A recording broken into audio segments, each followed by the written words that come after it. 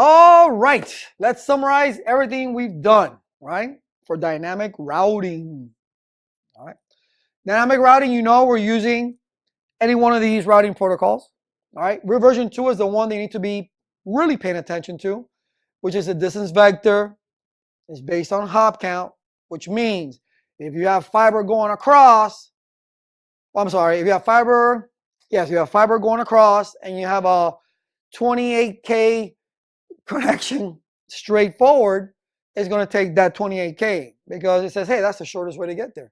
Doesn't matter about the bandwidth or anything like that. That's one of the bad things about it. No, and the maximum is 15. I have it here somewhere. No, I don't. The maximum is 15. Bellman-Ford algorithm. Just know that that's what it is. You don't need to know the physics, even though I do have a shirt with a formula. Okay, you don't need to know the physics. It's not the formula for this, but Bellman-Ford is the algorithm. It updates every 30 seconds, period. Period. Every 30 seconds, RIP sends its routing table, RIP version 2, let's be exact, sends out its routing table, complete routing table, out on the network to its neighboring routers. That's taking up bandwidth, okay? That's taking up bandwidth. Bad, bad. All right? It does have a lot of routing loop issues, but there's things like split horizon that's put into place, all right? Count to infinity, right? Poison reverse, all these different preventive things, tools, services that can help you so it doesn't create these routing loops, all right? Especially in a wide area network. And it does have automatic summarization. And you saw that, I showed you that. Well, that's why I put the class full boundary, because it summarizes everything. Any distance vector routing protocol is going to summarize it, unless you put a wildcard mask. But again, for this certification, you don't put wildcard mask. First of all, RIP doesn't allow you to. Okay, only EIGRP, OSPF, BGP, all those do, but not RIP. Okay, so you have to put that in auto summary. We saw EIGRP. It is an advanced distance vector. Still a distance vector. You got to use that in auto summary. No wildcard masks in the certification for the CCNA. Okay, it's based on, or this is counts, this is metrics. It uses K values. There's 5 K values, right, that it uses, but it still has a maximum hop count of 255. By default, 100. Okay, it does have triggered updates, but after the first time, it recognizes everybody. The first time says, this is who we're connected to. Okay, now we know. Now when there's changes, then I'll go ahead and send the updates. All right, and it's based on autonomous system. You saw we did one autonomous system.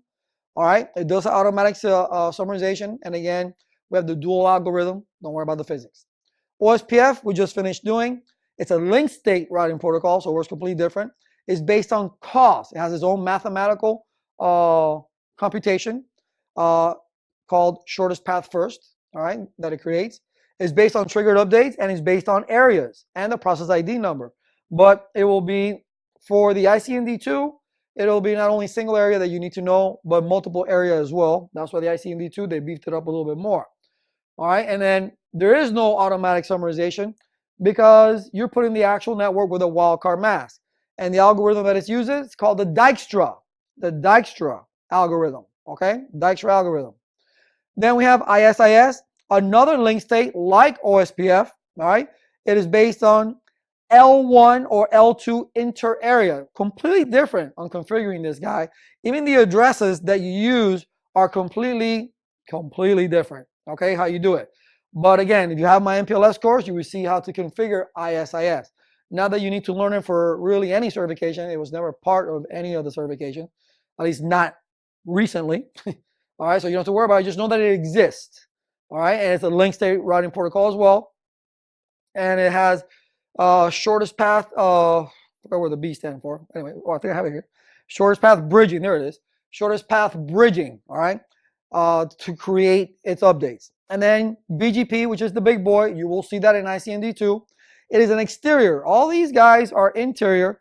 BGP is exterior routing protocol. It's path vector and it's based on autonomous systems, but it uses attributes that we configure in order to say, hey, which way should you go? All right. One of the things for ICMD2 will probably be iBGP, which is considered internal BGP, and that's just based, hey, we're in the same autonomous system, so we're internal BGP. But if another autonomous, if it is autonomous system 1, is autonomous system 2, and we're communicating, well, that's external BGP. That's it.